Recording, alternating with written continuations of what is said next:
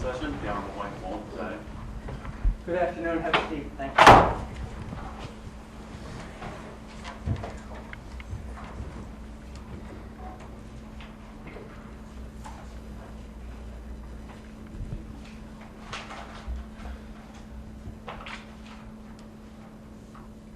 This is the matter of People versus Joseph Mlyniec. Indictment number 7968. Defendant is represented by Norman Effman. People represented by Donald O'Gene. Good afternoon. We're here for the sentencing of Mr. Mlyniec. He had pled guilty to the felony crime of murder in the second degree. It was an agreed upon sentence, a minimum of 15 years and a maximum of life in prison. There was restitution in the amount of $7,884 agreed upon. I've read the PSI. Are there any additions, corrections, or deletions to make there too, Mr. O'Gene? No, Your Honor.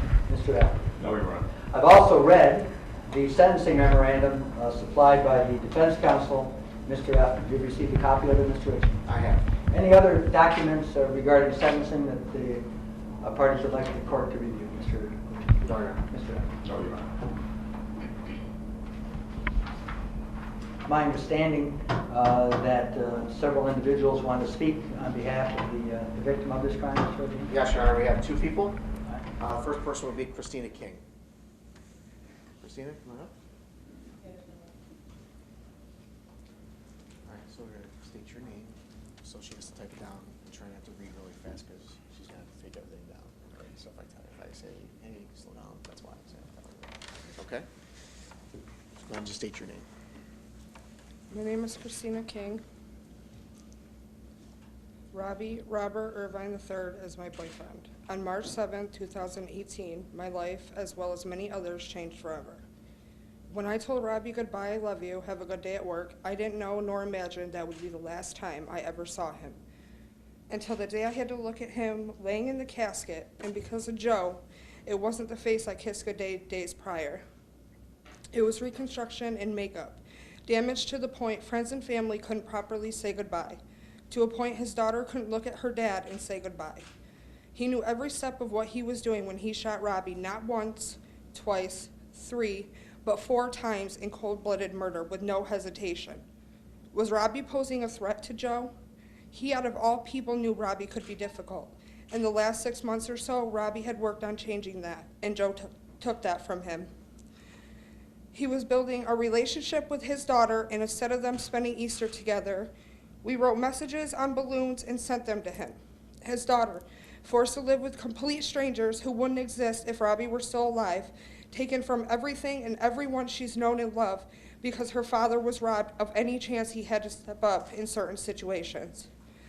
I had to explain to 4 kids who saw Robbie on a daily basis that they will never see him again. His stuff still sits around the house, not being touched, used, picked up. His pictures are all I have to see him. All I have left are memories.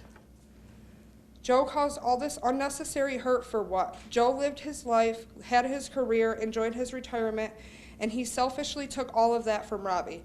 Joe ruined my everyday life. He took a chunk of my heart, the love of my life, and there's an emptiness that can never be filled. A guilt feeling because I live life and Robbie isn't here doing the same. Joe's disgusting actions have affected so many. Robbie's daughter, co-workers, shop buddies, his friends, a real father figure, Bill, his everyday family. All this hurt for what? I don't know what happened on that day, but no matter the situation, a human being doesn't have the right to just shoot another human being 4 times, intentionally killing them. So much unnecessary pain and emptiness because of one decision Joe thoroughly thought out, planned, and clearly followed through with. When a person becomes a police officer, they take an oath to serve and protect the community as positive role models, not to take advantage of their position by using it to intimidate the vulnerable. Joe abused his authority and broke the law in more ways than one, and for the sake of Robbie dying a hero at the hands of Joe, and for the police officers who risk their lives every day protecting the community and not tarnishing the badge, he deserves the full maximum with no parole ever. Robbie didn't deserve what Joe did to him or has ever done to him. Christina, do you care if I give her a copy of that just so in case she missed anything? Is that okay? Okay. All right, next person is Kim Schroth. Kim? Can you have her state your name? Okay. And just be careful you don't read too fast because she's got to take everything down. Okay. And if I I'll can do my best. Yeah, I know. If I may have to stop you just to take a breath, okay? Do what you can. My name is Kimberly Schroff. I am Robbie's sister. I have a couple of letters to read, actually. One is from his father, one is from Stacy, and one is from my Aunt Carol, and then one is from myself.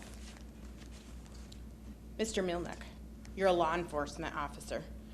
You were supposed to protect the people out on the street and not kill the innocent people like you did. You not only took Robbie's life, but you disrupted the life of a 9-year-old little girl by taking her father from her the way that you did, by shooting her father, not once, but 4 times, so that Robbie's father and I knew about your second life over years ago, and was told by my stepson, Robbie, that he would take care of the problem. This death that you caused the family to go through has left a big emptiness for all of us to live with for the rest of our lives. Since the hurt will never go away, and the one last thing that I would like to say to you, 15 years in prison is not enough for taking the life of a young man. You should have gotten 25 to life in prison. I hope you rot in hell in prison and never get granted parole for the time comes for parole. Mr. Mlyniec, you were supposed to have been a person that people could look up to. You could protect them as well as law enforcement, not officer. Because of the years, I known for a fact that I would respect you and you would be the officer that would answer any domestic calls that I would have. But now you have crossed over the line for any respect from me since you shot my son, Robbie, not only once, but 4 times. For what reason? Other than to keep my son, Robbie, quiet, bringing out the dark side of your second life? Yes, Joseph, for I know what you was doing to young troubled men. My son, Robbie, had told me about what you was doing, or what was going on over a year ago. And yet, he would not let me confront you about it. Mr. Mlyniec, there are at least 4 other people that have told me over the years that what was being done to them while working on your goat farm, and have all come forward because they were friends of my son, Robbie. You are a very disrespectful man for all the trouble that you have caused to his family. You need life in prison, not is life. I'm not sure if I'm missing some of that. And this is from my aunt, Robbie's aunt. Mr. Mlyniec, you're despicable. You ruined the lives of young men you took, supposedly helped them become better men. You ruined the lives of Robbie's family. One does not ever get over the loss of a child, even at 32 years old. Whether it be a parent, a grandparent, a sibling, an aunt, an uncle, a cousin, Robbie's daughter will grow up without her biological father because of you. You have ruined your wife's life. This was premeditated murder. As you were waiting for Robbie with a loaded gun, you should hang your head, Mr. Mlyniec. You are not a good person. You were a member of the Rotary, the fire department, the town board, all of good organizations. You, Mr. Mlyniec, have soiled them too. Children are taught to look up to police officers. They are good people. What happened to you?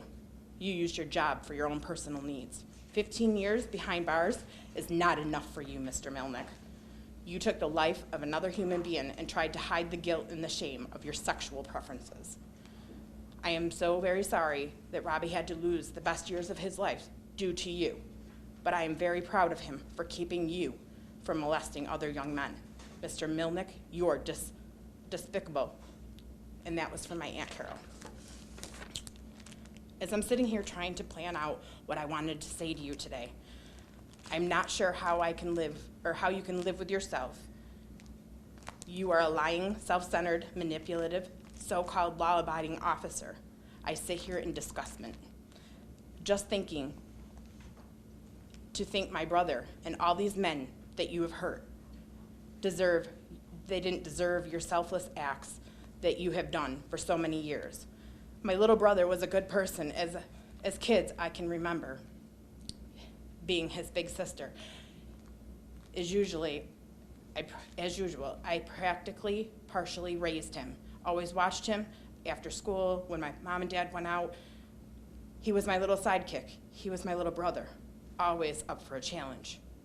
I can remember one day on the school bus, the kid, Nathan, who you've also done something to, was picking on him so badly. I swear the bus driver never did a thing to it, or never took care of it. I got on the bus one day, my little brother was crying, begging me to sit with him. This kid continued, the bus driver did nothing. So I grabbed this kid by his shirt and jacked him up against the window. And I told him, stop and leave him alone. Well, I busted the window and it was in the process, oops. But that kid never messed with my little brother again. It was worth my punishment of having to pay for the bus window. That was a proud moment, because my little brother always looked up to me, to be there if he needed me. As we grew older, I did one of the hardest things a girl could have to follow through with in life. I put our father in jail for things that he had done, but my brother grew angry with me for these things. I had to do what I had to do. Justice is justice. And as he was too young at the time to understand, my brother began to lash out at the world because of the changes that had been taking place. He dated a girl whose parents knew what had happened, and then he was charged with a crime that he did not commit. And it was later in life that he was cleared of those charges after the fact that he had met you. And then it was too late. You took him under your wing to help his troubled self, but instead, you did very inappropriate things to him. And by then, you had him in your clutch, and the damage was already done. You already ruined my little brother. When you ruined my brother, he became angry and pulled away from many people. Family members, friends, we grew further and further apart. Many years had gone by. He had a little girl who looks just like him. I missed out on many of those years because of his anger, and my ex and him didn't see eye to eye because he was angry and would act like he didn't need anyone in his life. I missed out on my little brother because of this and because of you. You see, months before, you took a young man's life, my brother's. He paid me a visit at work and said, what happened to you had happened to him. And then walked out of my work, and I thought about it for a long time, many months, but never could think what he meant by it. I could not imagine what my little brother had gone through with what you had done to him. You see, many years prior to that, a man that I had gone to school with was at my kid's sitters, and we were talking, and he told me that you had done these things to him, and he knew that you were doing it to my brother. I thought, how could I make light of the subject? It would only be my word against an officer of the law. No one is going to believe me. Who would I go to? So after me thinking about that kid that I had run into and what my brother had said, it all clicked. I was so ashamed that my brother fell into your dark, dirty secrets. I drove by your home on March 7th, about 2:30 p.m., thought about many things this day. Then, about 6:30, my phone rang. I'd fallen to the ground. My brother, and all I could do is my brother was gone. There's nothing I could do for my little brother anymore. Now you shot and killed him. Not once, not twice, not 3 times, 4 times. Premeditated murder. So many lives, Mr. Douchebag. You are not getting what you truly deserve at all. You know what you were doing, clearly. You had all this planned out, Mr. Mlyniec. It's called premeditated murder. You, as an officer of the law, know what the hell you were doing when you contacted my little brother to stop by your home after work. You knew what you were going to do all too well. This, again, premeditated murder. That's what you should be also charged with. As you shot my brother, as he begged you to stop, do you know what you did? No, you only give a shit about yourself. You not only ruined many lives of others, including my little brother and his little girl, Brooklyn, who now lives with me and misses her daddy so badly. She will never get the chance to do more things with her daddy. those things that a father is supposed to be able to do with this little girl because of you, Mr. Mlyniec. You are very despicable. I hope your demons haunt you for the rest of your life. I hope you never see the light of day in the free world again. You should be ashamed of yourself. You're despicable. A double life that you've led for over 30 plus years. That is what's disgusting. Sincerely, a broken-hearted sister. And I have one more from a little girl. She asked me to make,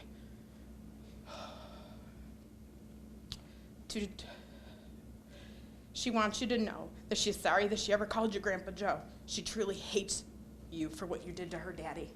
Love, Brooklyn. You are despicable.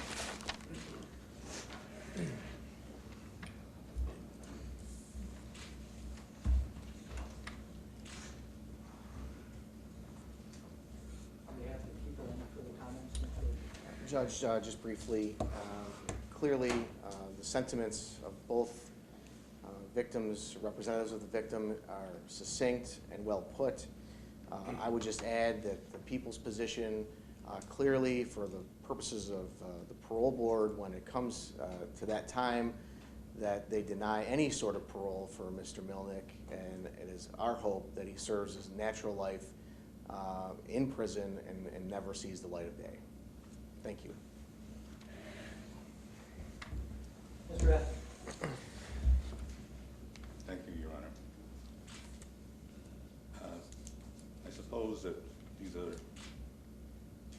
the most difficult times for a defense lawyer because there's nothing that can be said to the victims, friends of the victim, the family of the victim, that would ever change what occurred. Remorse, acceptance of responsibility by Joe Mlyniec are all something that are important but don't change what happened. You know, we live in a special world in Wyoming County. Murder is something that we know about. This isn't Buffalo or Rochester. We don't have gangs. The only gangs that exist in Wyoming County are behind the prison walls. So while murders occur on a daily basis in the urban areas, they're not covered to any great extent because of drive-by killings, because of drug problems. We have drug problems, and we have murder. And most homicides, which are intentional and not caused by negligence, occur because of greed, vengeance, power. So when you get a case like this, where it seems to have no rationality whatsoever, it's not a case that we see, as we have seen in this county, of a woman killing her sexual competition. It's not a case of a woman who believes she's being battered, who kills her husband. These have occurred in this county. It's not a case of a lunatic killing a father and young son for no reason whatsoever back in 1985. These are the things that cause a great awakening in a county which is rural, which is peaceful, and where people know each other. And especially in a case where the perpetrator is a well-known member of the community who has served this country, who has served this community, who has served charitable organizations within the community, and is well-respected, and commits a crime that has absolutely no rational explanation. The theory of the people at the beginning of this case is not inconsistent with the defense theory, in that there was no question that it occurred. There was no question as to who did it. The motive was the issue. And the people put forth their theory of the case. We're not disagreeing with it really, that this occurred because Joe Mlyniec was trying to protect his reputation and trying to protect his good name and trying to potentially avoid going to prison. So what is rational about committing a murder in your own home and on your own property, and then calling 911 and confessing to it, resulting in destruction of your reputation, and prison. There's no rational basis. Which is why we explored the only defense we thought was available. Not a complete defense, but the affirmative defense of extreme emotional disturbance. Some call that a sham because this was a premeditated act. I disagree. One psychiatrist found that he was suffering from this to the point where he lost self-control. The People's psychiatrist also found that he was suffering from extreme emotional disturbance, but not to the point where he lost control.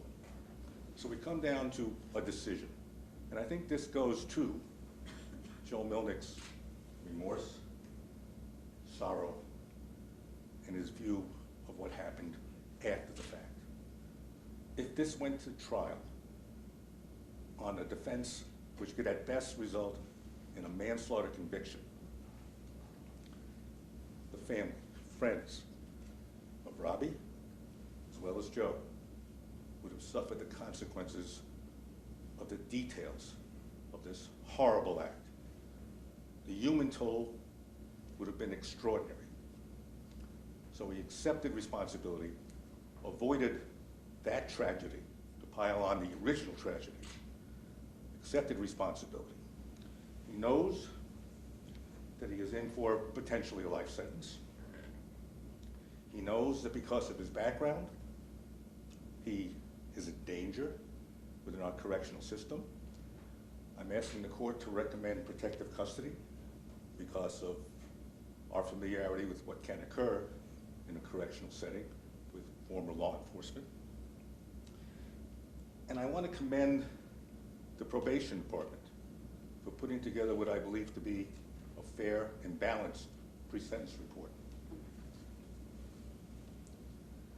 And I want to quote from a conclusion that they reach. The defendant would benefit greatly from mental health assistance. It is unfortunate he did not seek this previously and avoid heartbreak for so many people. Joe is remorseful and unlikely to commit another murder, especially now that the burden to maintain his secret has been lifted. However, punishment is still in order.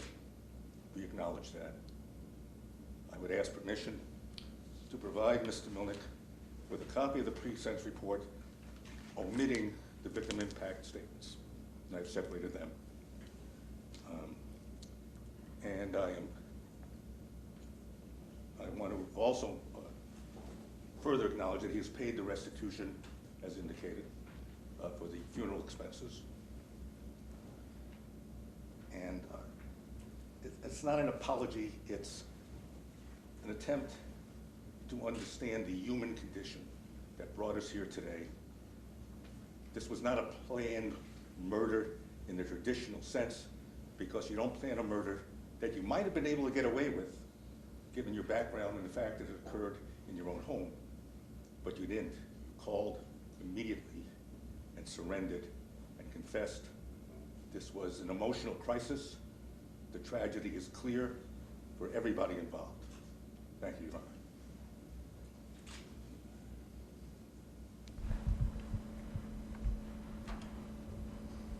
Mr. Mlyniec, anything you want to tell the court before I close there? I'd like to apologize to the people of Wyoming County, the Sheriff's Department, and Robbie's family. Robbie was a friend of mine for over 10 years. And I'll have to live with that burden. And I realize that you think I should all spend prison for the rest of my life. And I guess if God wills it, God wills it. I can't make anything better. I can't try to explain what I did or didn't do. And I'm so sorry. And I know, I can't say anything. You're right, I'm that sorry. doesn't bring him back. You're right, it doesn't.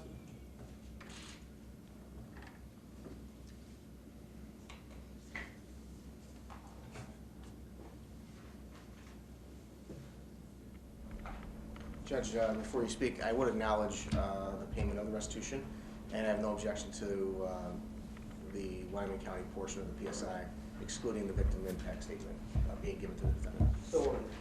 Thank you. Judge, I'm also asking that my memorandum be attached to the pre-sentence report so that it becomes a packet that will go with the Yes, defendant. your pre-sentence memorandum will travel with Mr. Mlyniec to state prison along with the Wyoming County pre-sentence investigation. And also traveling with him are the remarks made at sentencing by the family members. That's going to travel with Mr. Mlyniec. They're going to be heard not just today, but in the future regarding any decisions made by parole. So the victims of this crime, of the murder of Robert Irvine III, will be heard, I am sure, until the life of Joe Mlyniec is over. Robert Irvine III, a son, a father, and a brother. We've heard from those family members who have lost him. We've heard from his 9-year-old daughter. Mr. Irvine was murdered because he threatened to tell the truth. That's as simple as I can put it. In reading all of his submissions, it appeared to me, simply put, that Robert Irvine III was pulling back the curtain on Joe Mlyniec's life and going to reveal the truth. That Joe Mlyniec was not the man he portrayed himself to be. Robert Irvine III was a truth teller. And Mr. Mlyniec, the defendant, could not bear the truth to be exposed.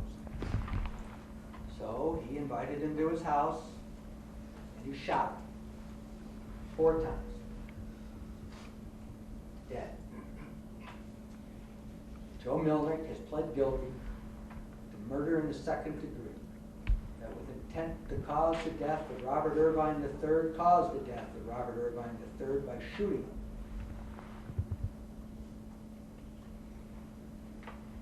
Mr. Mlyniec, you led a secret life. On the surface, you are a respected member of society, a deputy sheriff, a fireman, a veteran, a member of various civic organizations. And yet your secret life revealed itself to be somewhat much darker, much more sinister. You exercise power over these young men. You exercise control over these young men. And when they shed the shackles of your power and were going to reveal to society who you really were, you shot him 4 times. The gun was loaded.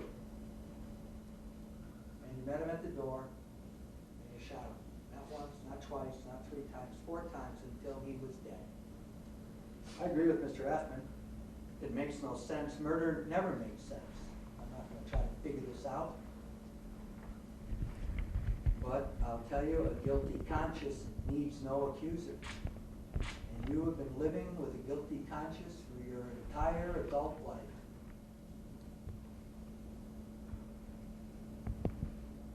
And Robert Irvine III is gone. A son, a father, and a brother. Your actions will resonate with these folks for the rest of their lives, for the rest of their children's lives. It's incalculable what you have done. A week from today is Thanksgiving. I can't imagine the victims of your actions celebrating Thanksgiving this year or next year, but I hope that with the passage of time, that the family seeks an understanding and peace. I know it's not this year, it's not next year, but time hopefully will bring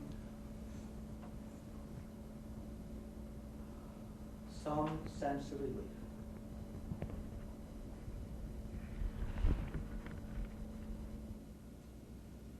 But take with you that Robert Irvine III was a truth teller, and he was killed because he was going to tell the truth.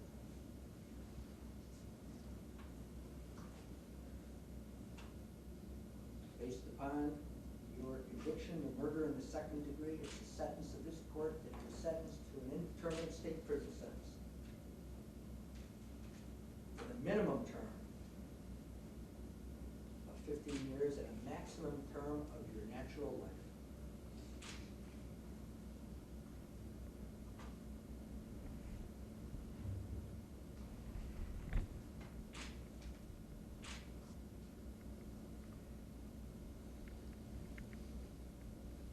Court acknowledges the payment of the surcharge or the payment of the restitution, will adjust the current accordingly. In this case, you waived your right to appeal as part of your plea bargain. Therefore, you've given up the right to appellate review of virtually all claims of error. However, certain claims have been held to survive a waiver.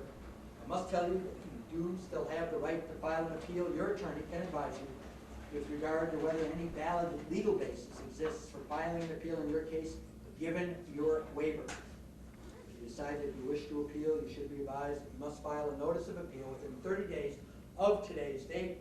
The notice should specify the judgment from which you wish to appeal. Your attorney will file a notice of appeal for you if you so request. If you are financially unable to retain counsel to pay for the cost of an appeal, you may apply to the appellate court for an order appointing counsel, or you may apply to this court for an order appointing counsel dispensing those